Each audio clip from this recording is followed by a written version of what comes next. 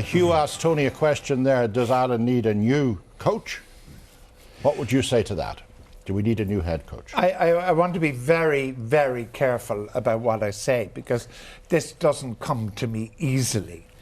But I think that at this point, Declan Kidney has proven that he has taken Ireland as far as he is capable of taking them.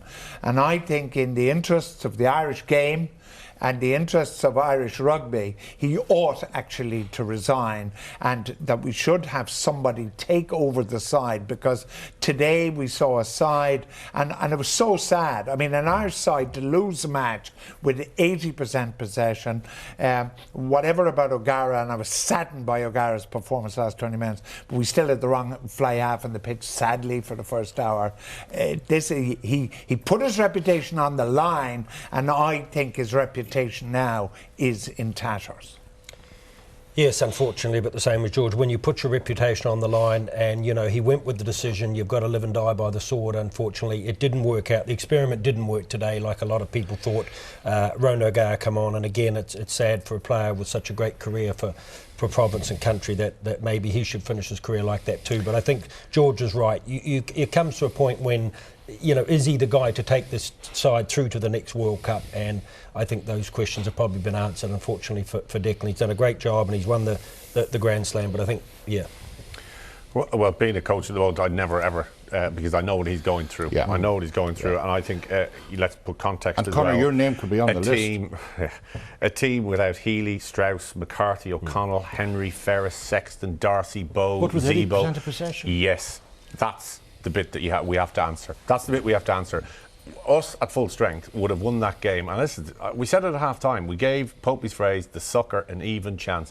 We had them on toast, dead. There were massive turning points within the game. But at the end of the day, kind of the question But is, do you think Declan is the guy to lead it through to the next World I think that's a question you ask. You sit down with the players. Oh no, I'll accept that. As much because he is the most decorated coach that we have ever had in Ireland, and that's not just the Grand Slam before people put him. Can I take you guys back to the top of the programme? We asked the question about Paddy Jackson. There seemed to be a psychic confusion in the whole team. Well, and was Jackson on? Was he off? The more penalties he missed, the more chaos. Can I ask you on that?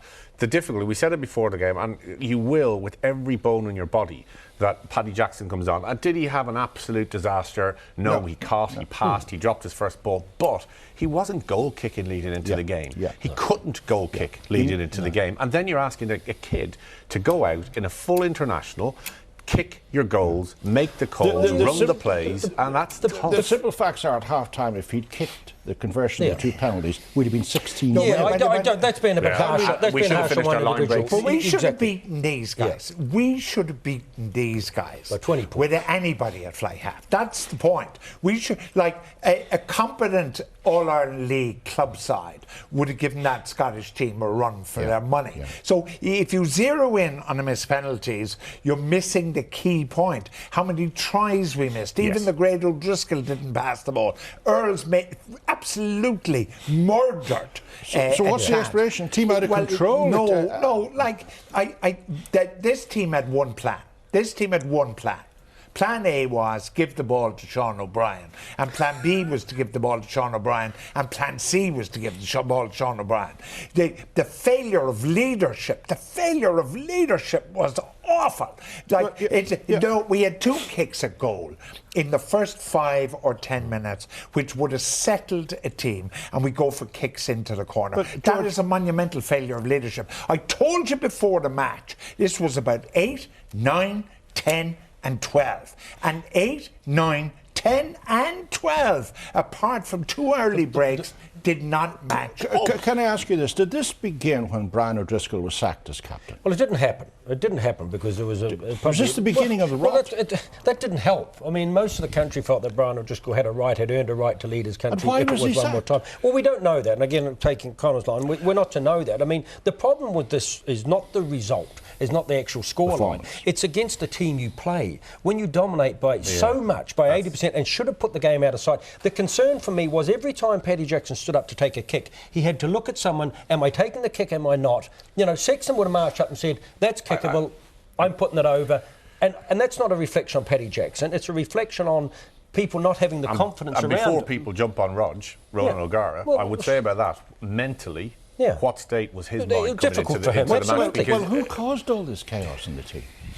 Surely the selection decisions. No, we've already said that. I said that to you when you asked me the question. The coach has taken this team as I think the most telling thing is the greatest footballer, perhaps, certainly the greatest centre in the history of Irish rugby, looked a pale shadow of himself today. And he looked a pale shadow of himself today because he was in a backline that couldn't function. He was in a backline that was rudderless, that outside him and inside him, there was nobody taking control of the match. And for Brian I think that's the worst match I've seen Brian O'Driscoll play in maybe 10 years. It's an incredibly sad day for Irish rugby because it was an awful Scottish team. Yeah. If it was a good English team, you said, OK, these young guns went out and they put up, and Marshall did well, players did well, O'Brien did well, Gilroy did. Individually, they did OK. But as a team, it didn't gel together, and they gave away maybe 20 points from basic things that schoolboy players would finish off. Well, this is poor. Two games ago, we sat here after 45 minutes of some of the best rugby, and we praised a heroic last 35 minutes.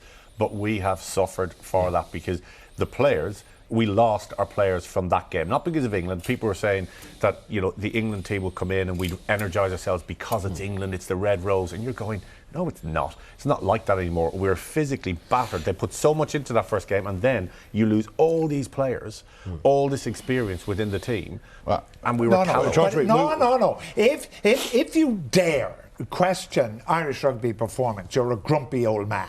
Go back to the World Cup. We got a lucky victory over Australia because they were short, Pocock and a few others. We then went out against Wales and were shown up. Then we had a very ordinary Six Nations Championship match. Then we conceded 60 points down New Zealand. Then, of course, we beat a tired Argentina, and suddenly we're wonderful again. You can't say that. No, well, I'm telling you what I think. I'm telling you what I think. No, you're saying then we get 40 minutes against a rubbish Welsh team who could win the championship. Who could win the championship, right? But we only got 40 minutes. And here we are today. This has been a team in decline for those who were serious to look at it since 2011. That's not fair on Declan Kidney's tenure, because I thought they were magnificent Australia in the World Cup. I thought they deserved that game. You can't take it away because they were missing a couple of players.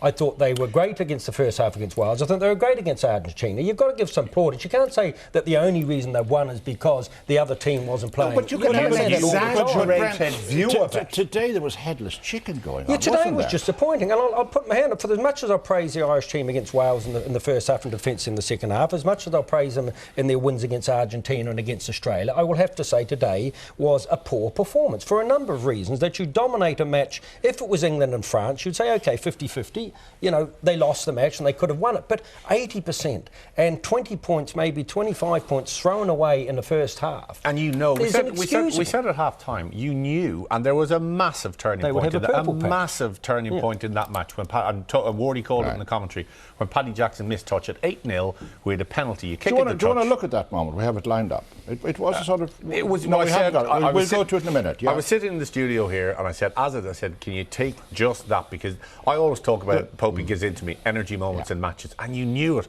We missed touch. They kicked long. We kicked a bomb. There was a penalty. There's the moment for you now, Conor. This is the moment you think was the turning point? It looks insignificant. Take away everything. You kick, but look at that. It's 8-0 at this stage. You kick it into touch. You get a line out. You maul.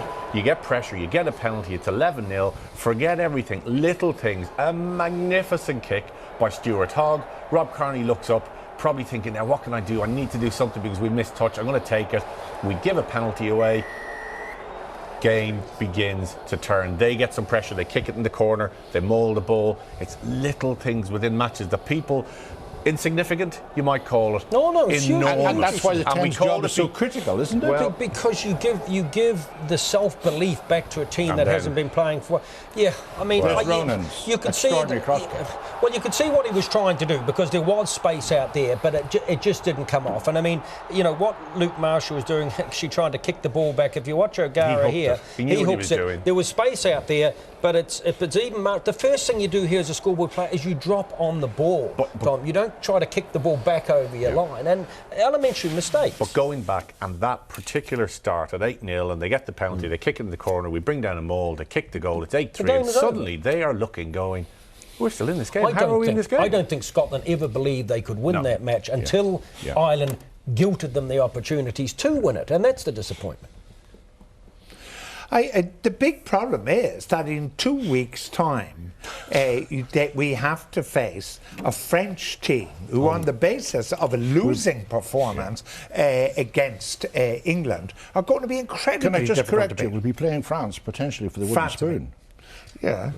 No, we'll get 4 points, I think. We'll get 4 points by the end of the championship. But, I mean, I think it will be... I think the French match is going to be incredibly difficult. So who plays 10 against France? Well, that's the difficult thing. Well, that's an interesting discussion. We'll start with Conor. Who should play 10 against France? Well, once you've gone this way, you stick this way. You have to. And yes, would I have selected a different 10 for this game? Yes. But when you do it, a bit like we talked about the subs, then you stick to what you're doing. I tend to agree with it. I think the damage has been done with this game. I think he's right, actually. I didn't agree with him. I think the damage has been done now. And I think, for this season, the damage has been done. I think if you're going to ask a young player to come in with such media scrutiny and such pressure on his shoulders, which today, you've got to give him the confidence to stick with more pressure against France. No, but to ruin a young guy's confidence like that, to bring a guy in, to jettison him in, to put him in that position and then not give him another opportunity, young players then is wrong. Because you could ruin a guy's... Ian Madigan saying, what does he have to do to Ian get Madigan shouldn't possibly been in the first place, Tom, and that's the thing. Well, maybe Madigan should be on the bench. It's not about him. Paddy Jackson's played in Heineken Cup finals. He plays in the